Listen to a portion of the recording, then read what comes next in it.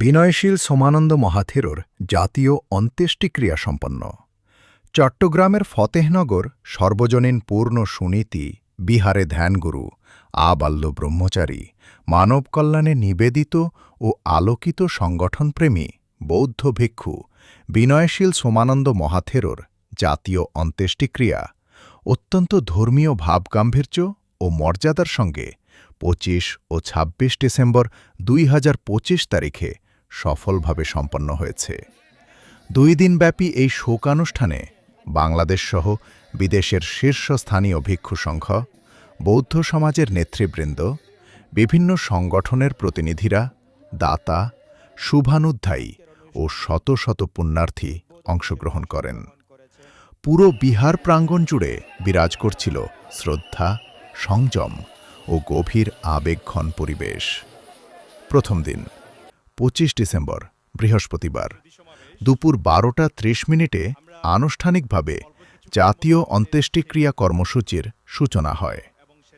ভিক্ষু সংঘের নেতৃত্বে ধর্মীয় আনুষ্ঠানিকতা, পরিত্রাণ পাঠ, বিশেষ প্রার্থনা ও ধর্মদেশনার আয়োজন করা হয়। এই দিনে মহাথেরোর দীর্ঘ সাধনাময় জীবন, ধর্মপ্রচারে অবদান, মানবিক মূল্যবোধ ও সংগঠন গঠনে তার ভূমিকা স্মরণ করে আলোচকরা আবেগঘন বক্তব্য রাখেন। ধর্মসভায় বক্তারা বলেন, বিনয়শীল সোমানন্দ মহাথেরো ছিলেন একজন নিবৃতচারী সাধক, যিনি আজীবন অহিংসা, করুণা ও প্রজ্ঞার বাণী প্রচার করে গেছেন। নীরব সাধক ছিলেন। ভান্তে ধর্মদান করার জন্য তো স্পিকার ধরার জন্য, কথা বলার জন্য এত কিছু বলতেন না, কিন্তু নীরবে তিনি নিবৃত্তে তিনি ধর্মদান করতেন, আপনাদেরকে আশীর্বাদ প্রদান করতেন। তার ফলশ্রুতিতেই অনুষ্ঠানের এক পর্যায়ে ঐতিহ্যবাহী অলং নৃত্য পরিবেশিত হয়, যা অনুষ্ঠানে উপস্থিত ভক্তদের গভীরভাবে আবিষ্ট করে। ধর্মীয় নৃত্যের মাধ্যমে মহাথেরোর প্রতি শ্রদ্ধা ও পুণ্যার্জনের ভাব প্রকাশ করা হয়। দ্বিতীয় দিন ২৬ ডিসেম্বর শুক্রবার। দ্বিতীয় দিনের কর্মসূচি শুরু হয় প্রভাতী পূজা, পঞ্চশীল গ্রহণ ও ধর্মীয় আনুষ্ঠানিকতার মাধ্যমে। সকাল থেকেই বিহার প্রাঙ্গণে শত শত পুণ্যার্থীর সমাগম ঘটে। প্রধান অতিথি ও বিশেষ অতিথিদের উপস্থিতিতে অনুষ্ঠিত হয় স্মৃতিচারণ সভা, ধর্মসভা ও ভক্ত সমাবেশ। শীর্ষ ভিক্ষু সংঘের সদস্যরা ছাড়াও বৌদ্ধ সমাজের বিশিষ্ট নেতৃবৃন্দ তাদের বক্তব্যে মহাথেরোর ত্যাগ, শুদ্ধ জীবনাচরণ ও সমাজ সংস্কারে তার অনন্য ভূমিকার কথা তুলে ধরেন।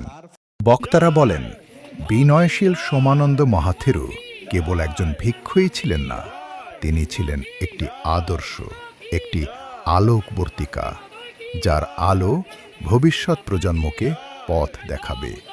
অনুষ্ঠান শেষে আয়োজক কমিটির পক্ষ থেকে সকল ভক্ত, শুভানুধ্যায়ী, দাতা, স্বেচ্ছাসেবক ও বৌদ্ধ ধর্মাবলম্বীদের প্রতি আন্তরিক কৃতজ্ঞতা প্রকাশ করা হয়।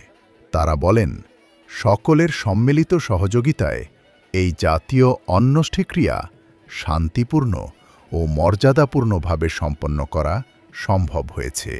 বিনয়শীল সোমানন্দ মহাথেরোর স্মৃতি, শিক্ষা ও আদর্শ বৌদ্ধ সমাজে চিরস্মরণীয় হয়ে থাকবে, এমন প্রত্যাশাই ব্যক্ত করেন উপস্থিত সবাই।